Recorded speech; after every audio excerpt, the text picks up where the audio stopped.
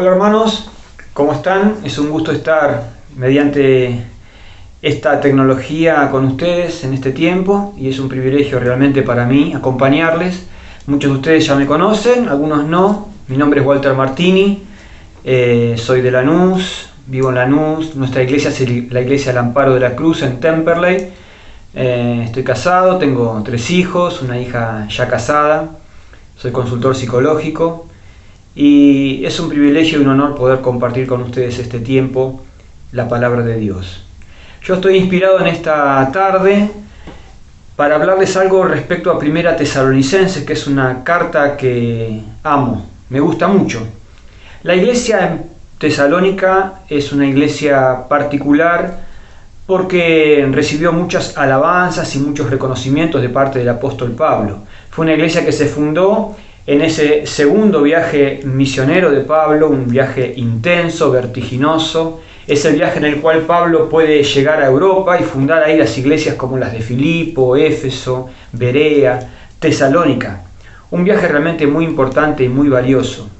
Y a unos meses nomás de haber fundado la iglesia, Pablo escribe la carta a Primera Tesalonicenses. Un Pablo muy entusiasmado, muy excitado con la idea de haber fundado recientemente una iglesia y una carta de aliento y de respaldo en tiempo de persecución, como fue siempre la iglesia primitiva. Me gusta ver aquí a Pablo realmente apasionado. Es lo que más se pone sobre relieve. Si nos pudiéramos poner a filosofar un poco con preguntas existenciales respecto a qué es la vida, podríamos llenar un drive de respuestas y aún así no llegar a un acuerdo o a una definición única. Pero lo que sí tal vez podemos estar de acuerdo es que la vida es algo para que sea vivida apasionadamente. Este es mi consultorio. El otro día sacaba cuentas en estos días en los que hay mucho tiempo para pensar y llevo más de 5.000 horas hablando con personas en este lugar en todos estos años. Y si pudiera clasificar a las personas en distintos grupos, creo que hay 2 grandes grupos. Personas que están apasionadas con la vida, con dificultades pero apasionadas, y personas para las cuales la vida es una carga, es una lucha y es una molestia.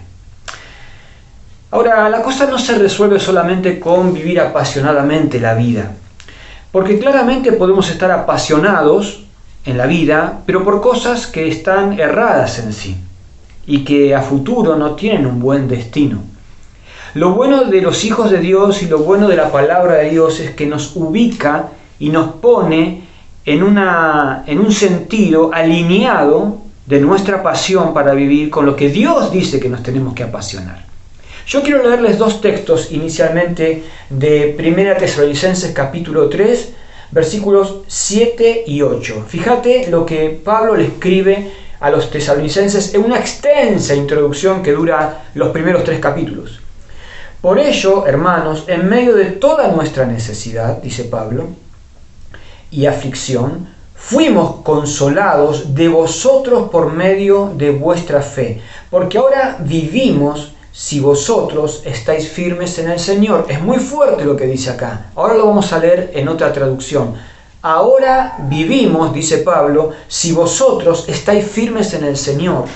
¿Qué nivel de pasión y de entusiasmo que el apóstol tenía con las personas?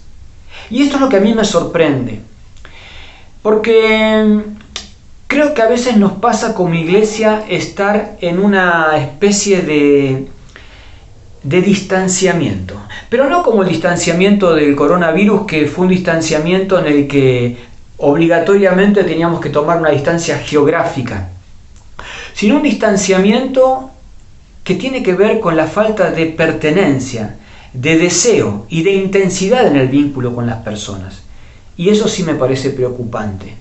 Yo quiero que leamos juntos el capítulo 3, lo voy a leer en la Nueva Traducción Viviente, que tiene una versión muy fresca de este capítulo 3, que para mí es el jugo, es el néctar de esta epístola. Vamos a leerlo con detenimiento y quiero poner énfasis en algunas cosas que Pablo dice acá para llevarlos a nuestra vida y revisar nuestra vida y comparar nuestra vida, cómo son nuestros niveles de entusiasmo y de pasión con las personas. Dice Pablo así en el capítulo 3, versículo 1, por último, cuando ya no pudimos soportarlo más, y está hablando de no soportaba más el deseo de verlos y de estar con ustedes, dice Pablo, decidimos quedarnos solos en Atenas y enviamos a Timoteo para que les visitara. Él es hermano nuestro y colaborador de Dios en la proclamación de la buena noticia de Cristo. Lo enviamos a ustedes para que los fortaleciera, los alentara en su fe y los ayudara a no ser perturbados por las dificultades que atravesaban. Pero ustedes saben que estamos destinados a pasar por tales dificultades. Aun cuando estábamos con ustedes les advertimos que las dificultades pronto llegarían y así sucedió. Como bien saben, por esta razón, cuando ya no pude más, otra vez dice Pablo, envié a Timoteo para averiguar si la fe de ustedes seguía firme. Tenía miedo de que el tentador los hubiera vencido y que nuestro trabajo hubiera sido en vano. Tenía miedo, dice Pablo, tenía miedo de perderlos de alguna manera. Yo veo un Pablo acá que está alentado por el informe que trae Timoteo. Esta necesidad de Pablo de tener ese feedback, esa devolución, ese registro claro de cómo estás vos conmigo y cómo yo estoy con vos. Este mensaje es una contracultura en este tiempo. Si bien estamos gratamente sorprendidos por la solidaridad del pueblo argentino en este tiempo, en la asistencia y en la cobertura de las necesidades, ¿saben? No estamos hablando de ese tipo de vínculo que muchas veces puede ser superficial, oportunista. Estamos hablando de otra cosa. Estamos hablando de esa relación empática, esa relación de pertenencia que Pablo necesitaba tener con su joven iglesia recién fundada. Hermanos, este video va a llegar a tu iglesia. Yo no sé qué lugar vos tenés en tu iglesia. Y yo no sé cómo están los niveles de vínculo, de pertenencia y de apego con los hermanos. Pero el Señor diseñó la iglesia como el Edén, para que nosotros nos podamos sentir en ese lugar mejor que en ningún otro. Y hay una responsabilidad de todos, pero hay una responsabilidad tuya y mía, de que esta pertenencia y esta pasión y ese entusiasmo por el otro esté vivo y esté saludable. Pablo perseguía este propósito con mucha intensidad. Fíjate otro tópico de este capítulo. Estoy mirando el tiempo porque no quiero pasarme del video. Seguimos en el versículo 7 y dice: así que, amados hermanos, en medio de nuestra dificultad y sufrimiento, hemos sido muy animados porque han permanecido firmes en su fe. Y acá dice la NTV, nos reaviva saber que están firmes en el Señor. ¿Ves qué fuerte el lenguaje? Nos reaviva saber que están firmes en el Señor. Nos reaviva. Esto no sé qué ilustración te trae a vos, pero me hace pensar en una brasa que se está apagando y de repente soplás y vuelve a salir el fuego. Y Pablo sintió esto cuando tuvo buenas noticias de sus hermanos. Qué hermoso nivel de entusiasmo y de pertenencia con la iglesia de Cristo. Qué lindo si pudiéramos estar así, de apasionados y de entusiasmados con la idea de relacionarnos y de tener entre nosotros un vínculo cada vez más intenso. Termina el capítulo diciendo, a partir del versículo 8, cuánto le agradecemos a Dios por ustedes. Gracias a ustedes tenemos gran alegría. ¿Qué lenguaje descriptivo de adjetivos que tienen que ver con emociones y con sentimientos, cosa que los psicólogos nos gusta mucho observar cuando miramos los textos bíblicos? Tenemos gran alegría cuando entramos en la presencia de Dios, cuando oramos, dice Pablo. Día y noche oramos con fervor por ustedes, pidiéndole a Dios que nos permita volver a verlos y completar lo que falta en su fe. Que Dios nuestro Padre y nuestro Señor Jesús nos lleven muy pronto a verlos a ustedes y que el Señor haga crecer y sobreabundar el amor que tienen unos por otros y por toda la gente, tanto como sobreabunda nuestro amor por ustedes. Que Él, como resultado, fortalezca su corazón para que esté sin culpa y sea santo al estar ustedes delante de Dios nuestro Padre, cuando nuestro Señor Jesucristo regrese con todo su pueblo santo. Amén. Así termina Pablo este capítulo, y en cada capítulo de los 5 capítulos que hay en 1 Tesalonicenses siempre termina con una alusión a la venida de Cristo. Es el tema de 1 Tesalonicenses y de 2 Tesalonicenses también. Bueno, claramente si Pablo estaba entusiasmado con las personas, es porque estaba entusiasmado con el Señor de la obra, con el Señor Jesucristo, y esperaba con ansiedad volver a ver a Cristo. Por eso tenía esta pasión, por eso su corazón hervía pensando en la obra de Dios. Va a pasar esta pandemia, vamos a salir, vamos a volver a hacer las cosas que nos gustan y que nos entusiasman, y está muy bien. No estoy desalentando para nada el disfrutar y el gozar de las cosas que Dios diseñó para esta vida. Pero hermano, hay algo que está en un plano superlativo y que tiene que ver con el sentido existencial de tu vida. ¿Qué te apasiona? Nada puede apasionarnos más que aquello que apasiona el corazón de Dios. El corazón de Dios está apasionado por las personas. De tal manera amó Dios al mundo que dio a su propio Hijo. Entonces vos y yo también tenemos que cuidar y velar para que el nivel de nuestra pasión por excelencia esté puesto en el otro, en sembrar el Evangelio en la vida de otra persona, en verlo crecer, en regarlo, en disfrutar del crecimiento. Terminamos leyendo un Pablo que está disfrutando de ver el crecimiento en los tesalonicenses. Y esto requiere intensidad, requiere dedicación, requiere pertenencia, requiere oración.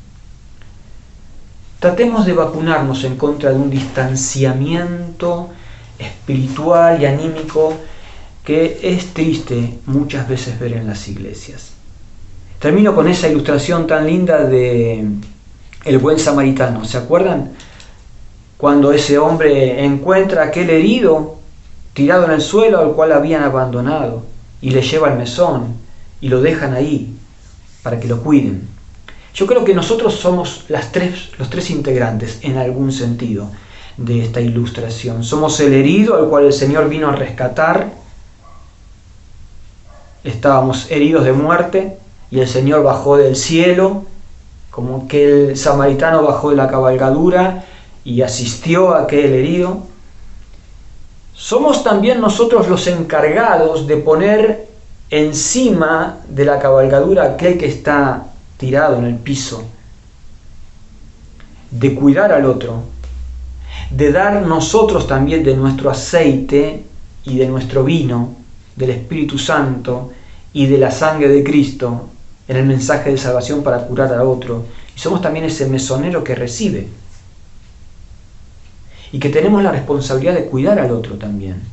Es muy interesante la palabra que utiliza ahí el samaritano. Es un imperativo muy interesante: cuídamele o cuídamelo. Es como una orden, pero es una orden para mí. Cuídalo, pero cuídamelo, porque es mío. El samaritano tiene una gran pertenencia con este herido que conoció en el piso y le llevó conocerlo el recorrido de ahí hacia el mesón. Pero ahora dice, cuídamelo. Y el mesonero lo recibe y dice, bueno, no lo conozco, pero lo tengo que cuidar, no sé quién es. Vos y yo tenemos que cuidar la vida de los demás. Si hay algo en vos, en tu vida, que ha sido traumático y que te hizo perder el entusiasmo, la pertenencia con las personas, tal vez rencores, tal vez traiciones, tal vez desilusiones, sea lo que sea, yo te invito en el Señor a que eso lo disipes de tu corazón y que pongas tu foco en alinear tu pasión, la pasión de tu vida, con cuidar vidas, cuidar personas. La iglesia es un gran espacio para eso. Y no hablo del espacio y del reducto del salón. Estoy hablando de la iglesia, cuerpo de Cristo. Una bendición para mí poder compartir con ustedes, hermanos. Que el Señor nos permita volver a vernos, abrazarnos y disfrutar juntos de la comunión del Señor. Dios los bendiga.